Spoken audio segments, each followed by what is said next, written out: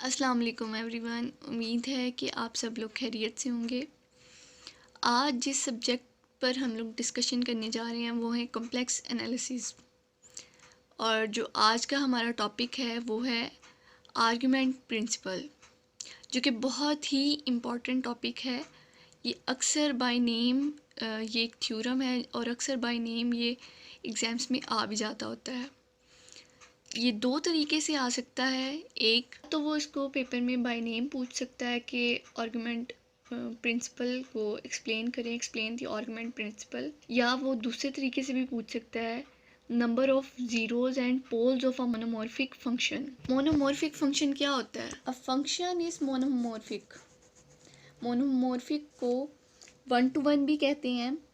A function is monomorphic if it works only for one type. अगर वो सिर्फ एक टाइप के लिए काम करेगा तो वो फंक्शन मोनोमॉर्फिक कहलाएगा।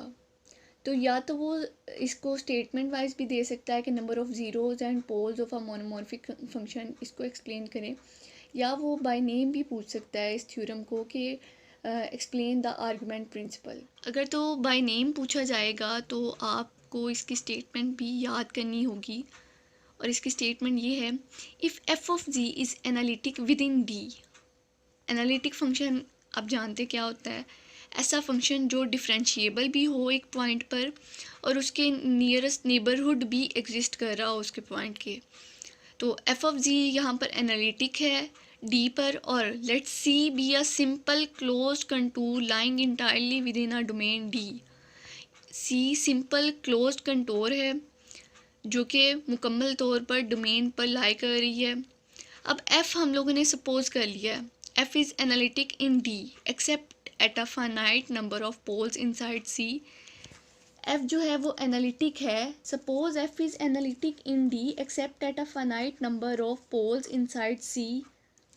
f जो है वो एनालिटिक है लेकिन c पर पोल के किसी फाइनाइट नंबर के अलावा f एनालिटिक है d पर, पोल के फाइनाइट नंबर्स के अलावा।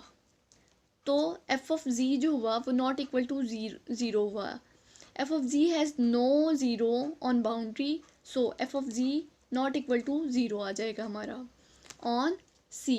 Then 1/2 pi iota integral C f prime of ji over F of G D G equal to N naught minus N P, जो कि इसका जनरल फॉर्मूला है जिसको अब हम प्रूव करेंगे। यहाँ पर एन नोड क्या है? यहाँ पर एन नोड है total number of zeros of F inside C, और एन पी हमारा है total number of poles of F inside C. अब इसकी स्टेटमेंट को हम डायग्राम के ज़रिए ऐसे रिप्रेजेंट कर सकते हैं कि ये हमारे पास एक क्लोज कंटूर सी है जहाँ पर डी पर हम लोगों ने उसको लाई करवाया विद इन डी, ठीक है। F of ji has no zero on the boundary, so F of ji not equal to zero. Z1 Z2 Z3 up to Zn हम लोग ने इस पे पॉइंट्स ले लिए हैं। ये हम लोगों ने इसकी स्टेटमेंट के लिए ये डायग्राम बनाई है। अब हम इसको प्रूफ करेंगे। Let the zeros of F of Z inside C are attained at A1 A2 A3 A up to AI with order R1 R2 R3 RI respectively.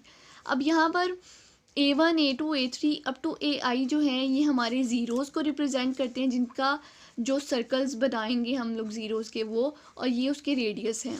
इसी तरह पोल्स को हम रिप्रेजेंट करेंगे B1 B2 B3 up to BI विद ऑर्डर S1 S2 S3 up to SI। Poles के radius को हम S से रिप्रेजेंट करेंगे respectively. It is possible to choose a small value rho in such a way that may be contribute on overlapping of radius row contains at A1 A2 A3 up to AI up to AN and B1 B2 B3 BI up to BN।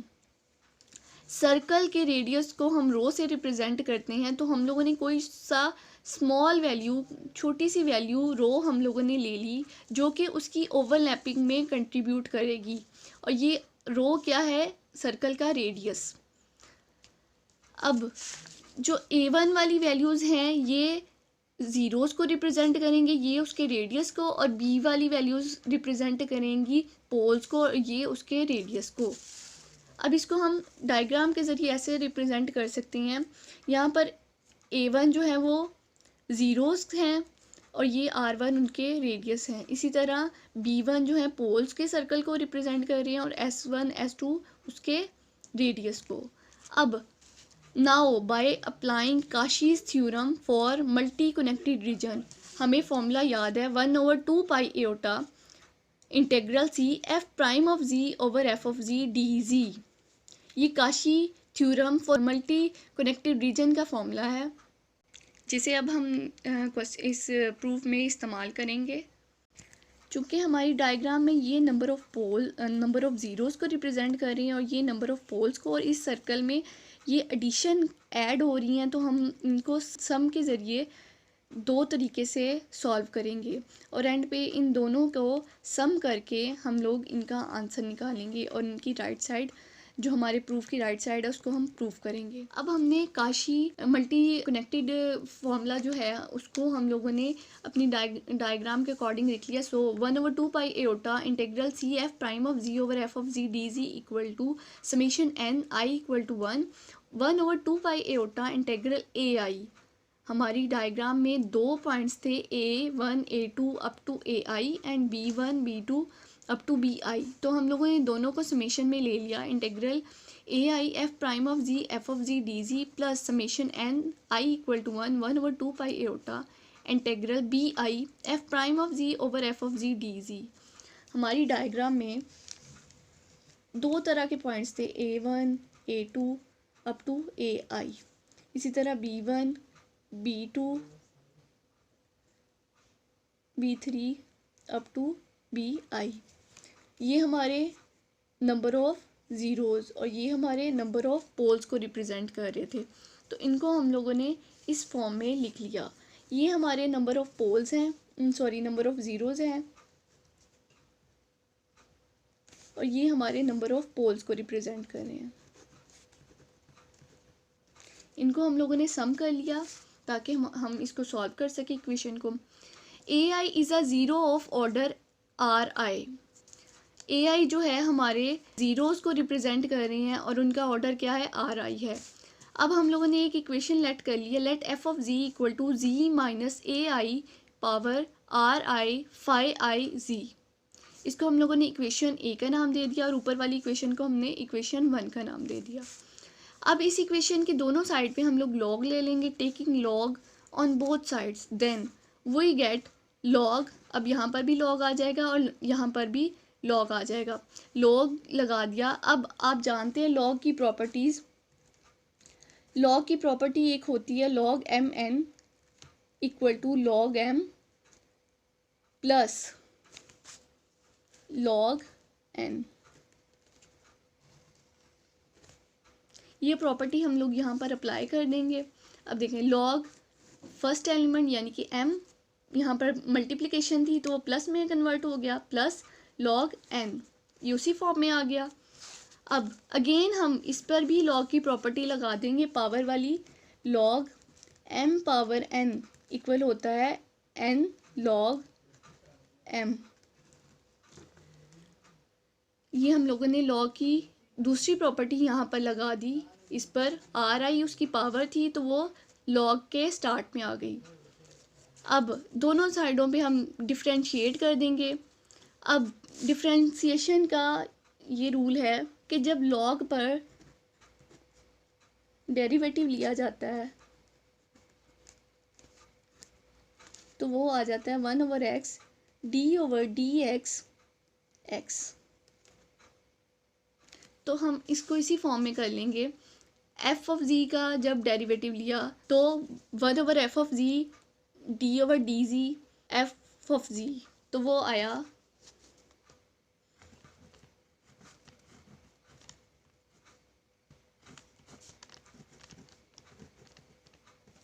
तो वो ये इसके equal आ गया। इसी तरीके से RI ये constant था और इसका ओवर जी माइनस AI आ गया, प्लस इसका भी इसी तरीके से ये फॉर्मूला लगाने से ये हमारी इक्वेशन बन गई। अब इस इक्वेशन को हम इंटीग्रेट करेंगे x के respect on both sides, we get integral हम ए आई के रिस्पेक्ट लेंगे क्योंकि हम इसका सिर्फ फर्स्ट वाला पार्ट कर रहे हैं, नंबर ऑफ ज़ीरोज़ वाला। A I F prime of ji over F of G D G equal to R I integral D G over G minus A I. R I चूँकि हमारा constant था यहाँ पर, तो वो बाहर निकल गया और यहाँ पर हम लोग इंटीग्रेशन अप्लाई कर दी। ये कांस्टेंट था तो ये ज़ीरो हो गया। हम जानते हैं कि equation of circle standard form में G minus G not equal to rho होती है। यहाँ पर जी नोट की जगह पर हमारा पॉइंट ए आई है, तो हम लोगों ने वो पुट कर दिया और ये यहाँ पर रो हमारा रेडियस है। अब G minus A I equal to rho E iota theta, जब मोड ख़त्म होता है तो यहाँ पर ई एओटा थीटा आ जाता है। जब इसका डेरिवेटिव लिया डी जी, ये ए यहाँ पर कांस्टेंट है तो ये ज़ीरो हो गया, जी जो है वो डी जी में कन्वर्ट हो गया, रो ई एओटा थीटा। आगे जब इसका दोबारा डेरिवेटिव लिया ई एओटा थीटा, तो एओटा थीटा का जब हम लोगों ने डेरिवेटिव लिया, थीटा हमारा 1 हो गया और एओटा डी थीटा हमारा रह गया। तो ये हमारी एक इक्वेशन बन गई।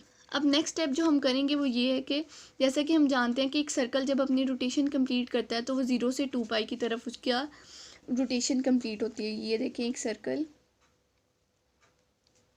0 से उसने स्टार्ट किया, जब उसकी कंप्लीट रोटेशन हो गई तो 2 पाई पे ख़त्म हो गई, यानी वो सर्कल ने रोटेशन कंप्लीट कर ली 0 से 2 पाई। तो उसकी लिमिट हमने 0 से 2 पाई ले ली, आर आई। अब rho E iota theta D theta rho E iota theta. अब ये हम लोगों ने यहाँ पर इक्वेशन बी में ये वैल्यूज़ पुट कर दी हैं उनकी। तो यहाँ पर जी माइनस ए आई की जगह हम लोगों ने रो ई एओटा थीटा पुट कर दिया और ऊपर हम लोगों ने उसकी वैल्यू जी माइनस ए आई की वैल्यू पुट कर दी और यहाँ पर ये कट के आ गया एओटा डी थीटा।